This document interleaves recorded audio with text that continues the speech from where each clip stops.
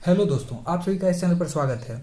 दोस्तों, आज मैं क्लास 10th का मैथमेटिक्स का चैप्टर 1 रियल नंबर स्टार्ट करने जा रहा हूँ। दोस्तों, ये चैप्टर इम्पोर्टेंट इसलिए है क्योंकि जब बच्चे क्लास 10th में जाते हैं तो सबसे पहला चैप्टर यही उन्हें मिलता है।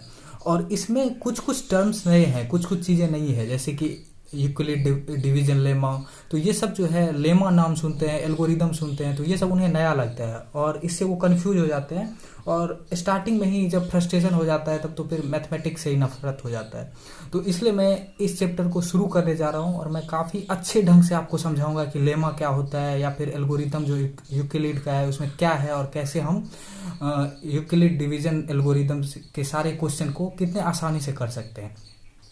तो सबसे पहले, चूंकि चैप्टर का नाम है रियल नंबर, इसलिए सबसे पहले हम रियल नंबर का डेफिनेशन देखते हैं। तो दोस्तों, रियल नंबर क्या है? तो रियल नंबर को हम बहुत ही आसान भाषा में कह सकते हैं कि सेट। सेट मतलब होता है कॉम्बिनेशन, भी combination of rational and irrational number. मतलब आप कोई भी नंबर हो जो कि या तो रेशनल हो या इरेशनल हो। रेशनल इरेशनल के बारे में आपने क्लास 9 में पढ़ा होगा। तो उसका जो सेट है वो रियल नंबर है। मतलब रियल नंबर क्या हो गया? रेशनल प्लस इरेशनल जो है वो मिलके रियल नंबर बनता है। अब जैसे √3, ये क्या है? ये इरेशनल नंबर है। तो क्या ये रियल नंबर है? हाँ, ये रियल नंबर है। ऐसे ही 2, ये तो रेशनल हो गया। तो क्या ये रियल है? हाँ, ये भी रियल है। तो जो भी रेशनल नंबर है या जो भी इरेशनल नंबर है वो रियल नंबर है। अब रियल के अलावा एक कॉम्प्लेक्स नंबर होता है, वो हो सकता है आप लोग नहीं पढ़े हो। तो उसमें आयोटा करके होता है, जैसे 2 + i√3 या 2 + i×5। तो i का वैल्यू जो होता है वो √√(-1) होता है। तो ये जो है ये आपने अभी तक पढ़ा होगा कि माइनस रूट के अंदर डिफाइन नहीं होता है, तो ये कॉम्प्लेक्स नंबर में आ जाता है। तो ये हम बाद में पढ़ेंगे, अभी इससे हमें कोई मतलब नहीं है। तो हम बताने के लिए अभी बताना था कि रियल के अलावा भी कुछ होता है। अब दोस्तों, आपने देख लिया चैप्टर का जो डिफिनीशन है उसका क्या मतलब है। अब हम शुरू करते हैं लेमा से। लेमा एक नया टर्म है जिसका मतलब होता है कोई भी proven statement. Proven statement use to prove another statement. मतलब लेमा क्या है? एक तरह का स्टेटमेंट है जो कि प्रूव है पहले से। अब जो भी कोई स्टेटमेंट यदि प्रूव्ड है, जिसको प्रूव किया जा सकता है, उसे हम बोलते हैं थ्योरम। तो प्रूवन स्टेटमेंट जो भी है उसे हम थ्योरम बोलते हैं। तो लेमा क्या है? एक तरह का थ्योरम है जिसका यूज हम करते हैं दूसरे किसी स्टेटमेंट को प्रूव करने के लिए। मतलब ये बेसिक चीज है, बेसिक स्टेटमेंट है जिसका हम यूज करते हैं किसी और स्टेटमेंट को, किसी और थ्योरम को प्रूव करने के लिए। तो वो हो गया, उसे हम लेमा बोलते हैं। तो उसके अलावा एक और टर्म है जिसे हम एल्गोरिदम बोलते हैं। एल्गोरिदम क्या है? एल्गोरिदम है a set of instruction. A set of instruction या फिर स्टेप्स। इंस्ट्रक्शन या फिर स्टेप्स, इंस्ट्रक्शन स्टेप वाइज रहेगा। तो ए सेट ऑफ इंस्ट्रक्शन और steps to solve a problem. मतलब कोई भी क्वेश्चन है या कोई भी प्रॉब्लम है, जैसे हमें हमें एलसीएम निकालना है। तो एलसीएम में जो भी स्टेप होगा उसका, कि फर्स्ट स्टेप में क्या करेंगे, जैसे 4 और 8 का एलसीएम निकालना है। तो फर्स्ट स्टेप में हम 2 से डिवाइड करेंगे, फिर 2 से करेंगे 1 2, तो ऐसे करके। और फिर लास्ट में क्या करेंगे, 2 × 2 × 1 × 2। तो ये स्टेप वाइज हुआ। फर्स्ट स्टेप में क्या किया, 2 से इसको डिवाइड किए 4 और 8 को। उसके बाद जो भी क्वेश्चन आया उसको यहाँ लिखे। फिर सेकंड स्टेप में फिर 2 से किए, तो ऐसे हुआ। फिर लास्ट स्टेप में जो भी आया हमारे पास 2 2 1 2, इसको लिख दिए। तो ये 3 स्टेप हुआ ना। जो भी ये 3 स्टेप हुआ तो ये एक सेट ऑफ इंस्ट्रक्शन हुआ। तो ये स्टेप जो हुआ, ये तीनों स्टेप, इसी को एल्गोरिदम बोलते हैं। मतलब स्टेप बाय स्टेप क्या करना है उसको यदि हम स्टेटमेंट में लिख दें तो उसको एल्गोरिदम बोल देते हैं। अब दोस्तों, अब इस चैप्टर में जो थ्योरम है, सबसे इंपॉर्टेंट थ्योरम है 1.1 एनसीईआरटी में। इसका नाम है यूक्लिड डिवीजन लेमा। तो लेमा क्यों बोले इसको, क्योंकि ये प्रूवन है, ये स्टेटमेंट प्रूव्ड है, जिसका यूज हम बाकी चीज को भी प्रूव करने के लिए हम यूज करते हैं, इसलिए इसको लेमा बोला गया। तो अब इसका स्टेटमेंट ये है कि गिवन पॉजिटिव इंटीजर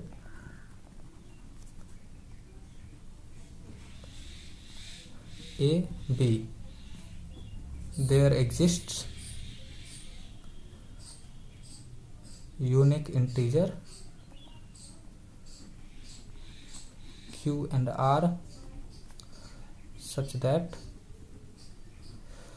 a बराबर b q plus r, where r जो है जहां 0 से b तक जाएगा। अब इसका मतलब क्या है, इसका मतलब ही बहुत बच्चों को समझ में नहीं आता है। तो दोस्तों ये थ्योरम कह रहा है कि दो नंबर है आपके पास a और b, तो इन दोनों नंबर में हम ये रिलेशन बना सकते हैं। कोई भी दो नंबर है, उस दोनों नंबर में हम ये रिलेशन बना सकते हैं। तो a बराबर बी क्यू प्लस आर, अब यहाँ r कहाँ से कहाँ तक जाएगा, 0 से b तक। ये भी बहुत बच्चों को समझ में नहीं आता, अब हम बताते हैं कैसे होता है। तो दोस्तों ये आपने पढ़ा होगा बचपन में ही 6th या 7th में कि डिविडेंट बराबर होता है divisor into quotient plus remainder. भाज्य बराबर भाजक गुने भागफल प्लस शेष, जो हिंदी मीडियम के हैं वो यही पढ़े होंगे, भाज्य बराबर भाजक गुने भागफल प्लस शेष। तो वही तो ये है, मतलब कोई भी नंबर जो है उसको आप डिविडेंट मान लो, तो फिर डिवीजर इंटू कोसेंट होगा, मतलब b इंटू क्यू, बी को डिवीजर मान लो, क्यू को कोसेंट मान लो, प्लस r को रिमाइंडर मान लो। तो इसी फॉर्म में तो ये लिखा हुआ है। अब चूंकि ये पता था बहुत पहले से, लेकिन यूक्लिड क्या किया, इसको एक बुक में लिख दिया, यही चीज लिख दिया। अब लिख दिया तो इसलिए इसका नाम पड़ गया यूक्लिड डिवीजन लेमा। बाकी ये लोगों को पता था बहुत पहले से, लोग बहुत पहले से यूज करते आ रहे थे। अब दोस्तों r जो है वो मतलब b तक ही क्यों होगा, 0 से b तक ही, उससे आगे क्यों नहीं होगा। अब देखो जैसे 5 है, तो 5 को हम 2 इंटू 2 प्लस 1 लिखते हैं, 4 प्लस 1। तो इसमें देखो r कहाँ से कहाँ तक है, मतलब ये जो 2 है उससे तो छोटा ही है। अब 6 को लिखो तुम, 6 को मान लो मेरा मन हुआ कि 2 इंटू 2 प्लस 2 लिख दिए, तो यहाँ तो 2 हुआ ना, यहाँ तो 2 से छोटा होना चाहिए, लेकिन हम 2 लिख दिए। तो लेकिन इसको तो हम ये लिख सकते हैं, लेकिन फिर ये तो ओवरऑल शॉर्ट होके यही हो जाएगा, 2 इंटू 2 प्लस 2 क्या हो जाएगा, 2 इंटू 2 प्लस 1 हो जाएगा, मतलब बराबर 2 इंटू 3, मतलब शॉर्ट होके फिर तो वही हो गया कि 6 इक्वल टू 2 इंटू 3 और प्लस 0। अब यहाँ ये जो 0 है ये 2 से छोटा है कि नहीं है। तो यदि आप r को b से बड़ा ले जाओगे तो वो हम लिख तो सकते हैं, लेकिन वो फिर यूक्लिड डिवीजन लेमा नहीं होगा। यूक्लिड डिवीजन लेमा में r जो है वो मतलब b से लेस होना चाहिए, 0 से बड़ा होना चाहिए। तो इसलिए 0 से बड़ा या इक्वल हो सकता है और b से लेस होगा, और यदि लेस नहीं होगा तो फिर वो शॉर्ट होके, मतलब b से बड़ा होगा तो फिर शॉर्ट होके वो उस फॉर्म में आ जाएगा। जैसे हम यहाँ देखें कि 6 को 2 इंटू 2 प्लस 2 लिखे तो ये 2 के बराबर आ गया ना, ये जो क्यू b है यहाँ b जो है वो 2 है और r भी 2 हो गया। तो जबकि वो शॉर्ट होके 2 इंटू 3 या प्लस 0 आ गया, तो ये जो 0 अब आया वो शॉर्ट है कि नहीं है। जबकि आप इसमें शॉर्ट नहीं कर सकते हो, इससे शॉर्ट नहीं होगा, r 1 से छोटा कभी नहीं जाएगा, इसको आप कुछ भी कर लो। तो इसलिए ये जो यहाँ जो r है वो 0 से b तक जाएगा। अब दोस्तों आपने थ्योरम 1.1 देख लिया जिसमें यूक्लिड डिवीजन लेमा देखे। अब यूक्लिड डिवीजन एल्गोरिदम है जो जिसमें कि यूक्लिड डिवीजन लेमा का ही यूज हुआ है। तो इसका स्टेटमेंट क्या है, पहले हम स्टेटमेंट देख लेते हैं इसका, फिर हम बताएंगे इसका मतलब क्या है। तो इसका स्टेटमेंट है to obtain HCF of 2 positive integer C and D 2 positive integer है और इसका हमें HCF निकालना है। कंडीशन दिया हुआ है with C greater than D, किसी को भी आप ग्रेटर मान सकते हो, उस हिसाब से काम करेंगे। तो हम यहाँ मान लेते हैं कि C जो है वो D से बड़ा है। फॉलो द स्टेप्स, मतलब HCF निकालने के लिए C और D का, जिसमें C D से बड़ा है, हमें क्या करना होगा, नीचे का स्टेप फॉलो करना पड़ेगा। अब हमने आपको बताया था कि एल्गोरिदम क्या होता है। स्टेप्स होता है अपने कोई भी प्रॉब्लम को सॉल्व करने के लिए। तो यहाँ प्रॉब्लम क्या है, प्रॉब्लम है यहाँ कि HCF हमें निकालना है 2 पॉजिटिव इंटीजर का। तो इसके लिए स्टेप्स होगा, वही स्टेप्स एल्गोरिदम कहते हैं उसको। तो स्टेप 1 में क्या है, apply Euclid division lemma to C and D। C और D में यूक्लिड डिवीजन लेमा अप्लाई करना है। तो C में यूक्लिड डिवीजन लेमा अप्लाई करेंगे तो क्या आएगा, C बराबर DQ प्लस R। R जो है वो जीरो से लेके R जो है वो D तक होना चाहिए, मतलब डिवीजर से R जो है वो छोटा होना चाहिए और जीरो के इक्वल भी हो सकता है या जीरो से बड़ा होना चाहिए। तो हमें यहाँ से क्या मिलेगा, वी गेट स्टेप 1 से हमें क्या मिलेगा, Q and R from here. Q क्या है, क्वोशेंट है, R क्या है, रिमाइंडर है। अब स्टेप 2 इसका क्या है, स्टेप 2 है कि इफ R बराबर 0, R क्या है, रिमाइंडर। यदि रिमाइंडर 0 हो गया तो D जो है, इसका जो डिवीजर आया यूक्लिड डिवीजन लेमा अप्लाई करने पर, तो D जो है वही हो गया HCF। D is HCF of C and D। और यदि R 0 नहीं हुआ, R इक्वल टू, या तो R 0 हो गया, R 0 नहीं होगा। तो यदि R 0 नहीं हुआ तो फिर क्या करेंगे, apply Euclid division lemma again to D and R। अब दोस्तों यदि R 0 नहीं हुआ है तो फिर क्या करेंगे, यूक्लिड डिवीजन लेमा जो है हम अप्लाई करेंगे किस पे, D और R पे, जो इसका डिवीजर है उस पे और जो इसका रिमाइंडर है उस पे अप्लाई करेंगे। हम आपको अभी और बताएंगे, अभी पूरा स्टेप्स लिखते हैं। स्टेप 3 और लास्ट स्टेप जो है, लास्ट स्टेप में हम ये बोल देते हैं कि continue the process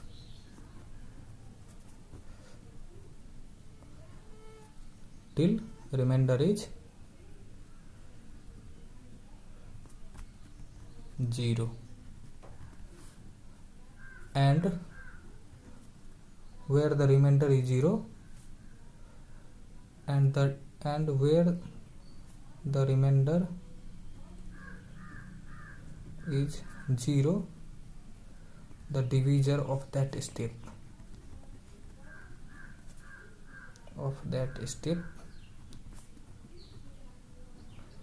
stage is HCF।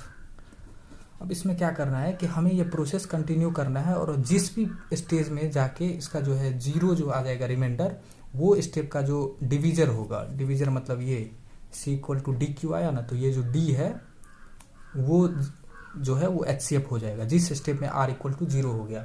अभी हम क्वेश्चन बनाएंगे तो और अच्छे से आपको समझ में आएगा। हालांकि मैं आपको बताता हूँ कि आप जो ये चीज़ है, ये चीज़ आप बचपन से यूज करते आ रहे हैं, लेकिन आपको ये पता नहीं था कि ये यूक्लिड डिवीजन एल्गोरिदम है।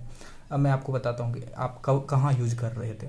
आपको याद होगा कि जब आप HCF निकाल रहे थे किसी भी चीज़ का, जैसे 15 और 35 का आप HCF निकालते हैं, तो आप क्या करते थे, 15 को 2 से मल्टीप्लाई करते थे 30 आता था, और फिर इसका रिमाइंडर जो आता था उसमें इससे डिवाइड करते थे फिर से, और फिर जो ये 0 आ गया तो बोल देते थे कि ये HCF है।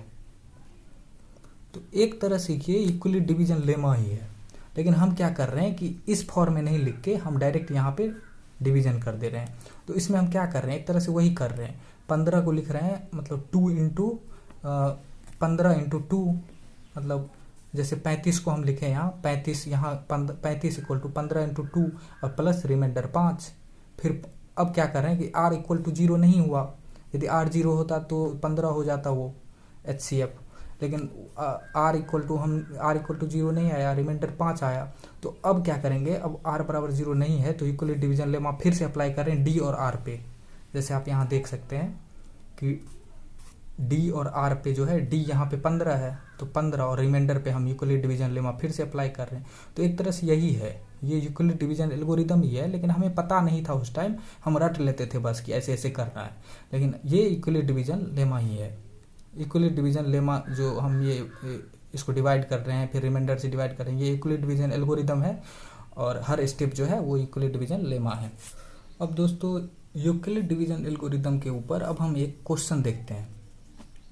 तो इस क्वेश्चन है, use Euclid division algorithm to find HCF of 306 and 68। तो अब क्या है कि आप अपने फायदे के लिए आसानी हो जिससे इससे आप C मान लो 306 को, D मान लो 68 को, मतलब किसी एक को भी C या D मान लो। अब हम देख रहे हैं यहाँ पे C is greater than D है। तो आपने देखा था कि एल्गोरिदम में क्या था, स्टेप्स था, तो इसमें 3 स्टेप्स था। तो अब स्टेप्स 1 में क्या करना है आपको,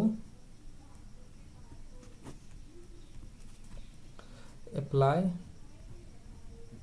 Euclid division lemma, Euclid division lemma to 306 and 68।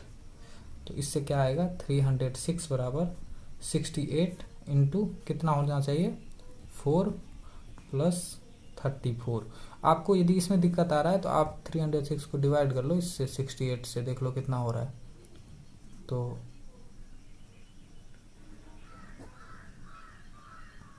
देखो ये 4 आ गया, 68 इंटू 4, और रिमाइंडर जो है 34 आ गया। तो इसको ये लिख सकते हैं, ये फर्स्ट स्टेप है। अब स्टेप 2 में हम क्या करेंगे, हम देखेंगे कि R 0 है, तो यहाँ R क्या है, 34 है, जो कि 0 नहीं है। तो अब क्या करेंगे, apply Euclid division lemma to new divisor and new remainder. हर बार आपको न्यू डिवीजर और न्यू रिमाइंडर पे लगाना है। तो यहाँ तो ये पहला ही है और न्यू ही है, तो न्यू डिवीजर इसमें यहाँ पे न्यू डिवीजर जो है 68 है, और न्यू रिमाइंडर जो है, मतलब यहाँ न्यू नहीं भी लिखेंगे चलेगा, लेकिन फर्स्ट स्टेप मतलब फर्स्ट बार में न्यू नहीं भी लिखेंगे क्योंकि पहला ही है ये, तो नया रिमाइंडर क्या, न्यू रिमाइंडर 34 और न्यू डिवीजर 68। तो अब इन दोनों में लेमा अप्लाई करेंगे, यूक्लिड डिवीजन लेमा। तो अप्लाई करेंगे तो क्या लिखेंगे इसको, 68 इक्वल टू 34 इंटू 2 प्लस 0।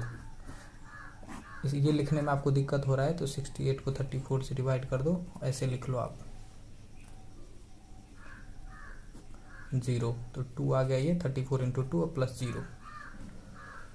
तो अब यहाँ क्या आ गया, R इक्वल टू 0 आ गया। स्टेप 3 में क्या था कि डू द सेम प्रोसेस, मतलब यही प्रोसेस अब रिपीट करना है, फिर से स्टेप 2 को ही रिपीट करना है जब तक 0 ना आ जाए। तो 0 तो पहली बार में ही आ गया स्टेप 2 में ही, तो स्टेप 3 अप्लाई करने की ज़रूरत नहीं है। तो 0 आ गया, तो जब 0 आ गया तो क्या होना चाहिए, HCF वो होना चाहिए जिस स्टेप में 0 आया उस स्टेप का डिवीजर क्या है। तो उस स्टेप का डिवीजर जो है वो है 34। तो HCF जो आ गया, HCF ऑफ 306 एंड 68 इज 34। तो दोस्तों यही है, मतलब बहुत आसान आसान क्वेश्चन आते हैं यूक्लिड डिवीजन एल्गोरिदम में। तो यही सब आपसे एग्जाम में पूछा जाएगा। अब इसमें एक नया कंसेप्ट ये है कि यूक्लिड डिवीजन लेमा जो है, इसे लोग क्या किए कि यूक्लिड डिवीजन एल्गोरिदम बोलने लगे धीरे धीरे। हालांकि मतलब सही यही है कि लेमा को लेमा बोलो और एल्गोरिदम तो स्टेप्स होता है, जो भी मतलब ये सेट ऑफ इंस्ट्रक्शन होता है, तो एल्गोरिदम तो हो जाएगा सेट ऑफ इंस्ट्रक्शन। लेकिन चूंकि लेमा का यूज हम एल्गोरिदम में करते थे, तो लोग धीरे धीरे यूक्लिड डिवीजन लेमा को यूक्लिड डिवीजन एल्गोरिदम बोलना शुरू किए। तो ये क्या है, ए बराबर बी क्यू प्लस आर क्या है, ये है यूक्लिड डिवीजन लेमा। लेकिन लोग इसे एल्गोरिदम बोलने लगे। तो अब लोग बोलने लगे तो बुक्स ने भी लिखना शुरू कर दिया, इसलिए बुक्स में आपको बहुत जगह यूक्लिड डिवीजन एल्गोरिदम मिले तो आप समझ लेना कि मतलब ये भी हो सकता है। इसी को लोग एल्गोरिदम बोलना शुरू कर दिए और बुक्स में भी एल्गोरिदम वगैरह लिखना शुरू कर दिए। तो a equal to b q plus r, या तो आप इसको यूक्लिड डिवीजन लेमा बोलो, लेमा बोलना सबसे सही है, लेकिन एल्गोरिदम भी लोग बोलते हैं। अब एक और इसमें पॉइंट ये है कि यूक्लिड डिवीजन लेमा जो है, डिवीजन लेमा या एल्गोरिदम जो भी है, ये is valid for negative number also. ये नेगेटिव नंबर के लिए भी वैलिड है।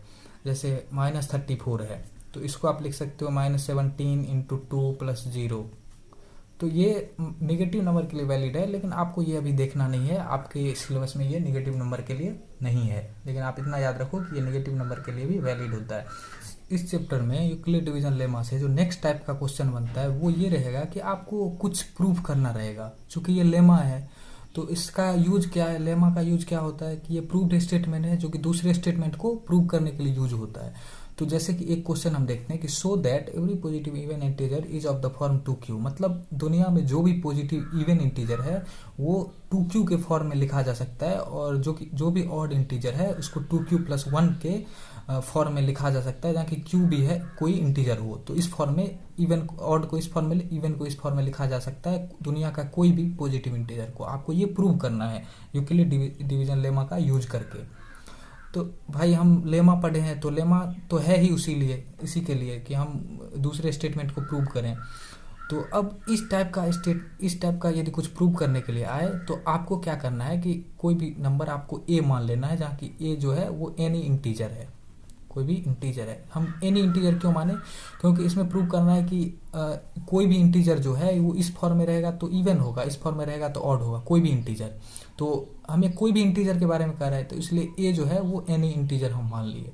और बी को हम मान लेते हैं 2 क्यों माने, क्योंकि ये 2q और 2q+1 के फॉर्म में है, तो इसलिए हम बी को 2 मान लिए। अब हम ए को बी के फॉर्म में लिख सकते हैं। यूक्लिड डिवीजन लेमा यही तो बोलता है कि कोई भी इंटीजर को किसी भी इंटीजर के फॉर्म में इस तरह से लिख सकते हैं।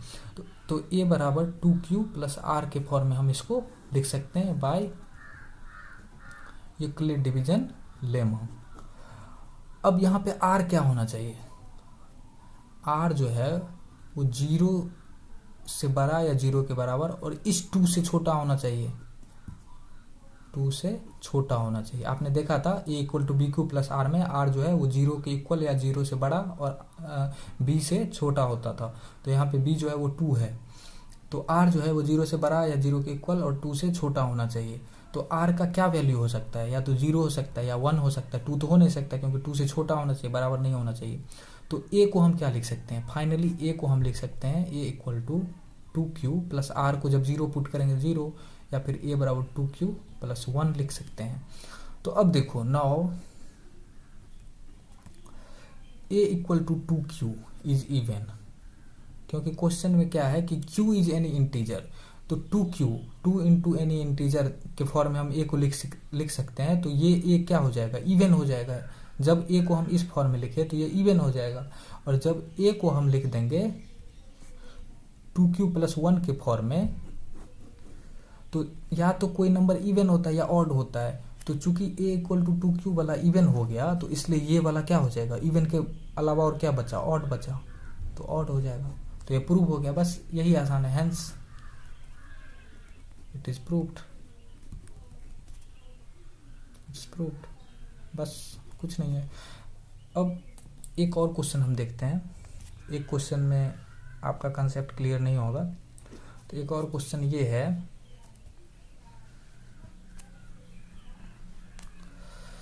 कि so any positive odd integer is of form 4q+1 4q+3 where q is some integer। अब दोस्तों इसको प्रूव करने के लिए हम a को क्या माने, उसमें हम क्या माने थे, a को कोई भी इंटीजर मान लिए थे, इसलिए क्योंकि उसमें सब इंटीजर के बारे में बोल रहा था। इसमें क्या बोल रहा है, सिर्फ पॉजिटिव ऑड इंटीजर की बात हो रही है। तो हम मान लिए a = पॉजिटिव ऑड इंटीजर। अब क्या करेंगे हम, तो वही डिवीजन लेमा का यूज करके, और यहाँ b को मान लो आप 4, क्योंकि ये 4q+1 और 4q+3 के फॉर्म में इसको हमको दिखाना है कि कोई भी ऑड इंटीजर होता है वो या तो 4q+1 के फॉर्म में लिखा जाएगा या 4q+3 के फॉर्म में उसको लिखा जा सकता है। जरूरी नहीं कि इसी फॉर्म में लिखा जाए, उसको 2q+1 के भी फॉर्म में लिखा जा सकता है जैसे हम पहले देखे, लेकिन इस फॉर्म में भी लिखा जा सकता है। तो b को हम मान लिए 4। अब लेमा का यूज करके a इक्वल टू लिख देंगे 4q+r। अब यहाँ पे r क्या होना चाहिए, r जो है यहाँ से 0 के बराबर या 0 से बड़ा और b से छोटा, तो b क्या है 4 है। तो अब r का वैल्यू क्या क्या हो सकता है, r बराबर 0 हो सकता है, 1 हो सकता है, 2 हो सकता है और 3 हो सकता है। तो a को हम फिर क्या क्या लिख सकते हैं, सो a इक्वल टू 4q+0 या फिर 4q+1 या फिर 4q+2 या फिर 4q+3। अब दोस्तों 4q, चूंकि 4q को हम क्या लिख सकते हैं 2 इंटू 2q। अब q इंटीजर है तो 2q भी इंटीजर होगा, 2 इंटू 2q मतलब ये तो इवन हो गया। सेम यहाँ भी है 4q+2 है तो ये भी तो 2 से डिवाइड, इसको हम डिवाइड कर सकते हैं तो ये भी इवन हो गया। बचा क्या, ये दोनों, तो इसका मतलब ये दोनों जो है 4q+3 और 4q+1 ये दोनों जो है ये ऑड है। मतलब जितने भी ऑड नंबर है, मतलब a इक्वल टू ही तो इतना है और a एनी ऑड इंटीजर है। मतलब एनी ऑड इंटीजर को तो हम इस फॉर्म में लिख नहीं सकते हैं, ये गलत हो गया क्योंकि ये इवन हो गया और ये भी इवन हो गया, तो ये दोनों हमारा गलत हो गया। तो बचा क्या, ये और ये। इसका मतलब जो भी a को हम क्या मानते हैं एनी ऑड नंबर ना, any odd positive number integer, तो जो भी ऑड पॉजिटिव इंटीजर होगा उसको या तो इस फॉर्म में लिख सकते हैं या फिर इस फॉर्म में हम लिख सकते हैं। तो दोस्तों इसी सब टाइप का क्वेश्चन आता है इसमें यूक्लिड डिवीजन लेमा में। तो अब दोस्तों अब नेक्स्ट क्या है कि हम इसका एक्सरसाइज 1.1 का आपको सॉल्यूशन देंगे और उससे पहले आपको पूरा ट्राई करना है। और इस वीडियो के डिस्क्रिप्शन में हम एक टेलीग्राम का लिंक देंगे जो कि क्लास 10th के लिए है। उसमें आप क्या कर सकते हैं, तो उसमें आपको यदि कोई डाउट है या कोई क्वेश्चन पूछना है तो उसमें पूछ सकते हैं और आपके जो दोस्त होंगे उस ग्रुप के जो मेंबर होंगे वही रिप्लाई करेंगे, या फिर बहुत सारे टीचर लोग भी इस ग्रुप में ऐड होंगे, वही लोग आपको रिप्लाई करेंगे और आपको किसी भी क्वेश्चन का सॉल्यूशन मिल जाएगा जो कि बिल्कुल फ्री ऑफ कॉस्ट मिलेगा। आप लोग आइए उस ग्रुप में जुड़िए और एक दूसरे का सहयोग कीजिए और उस ग्रुप में टीचर लोग भी आएंगे, वो लोग भी आपको हेल्प करेंगे। थैंक्स।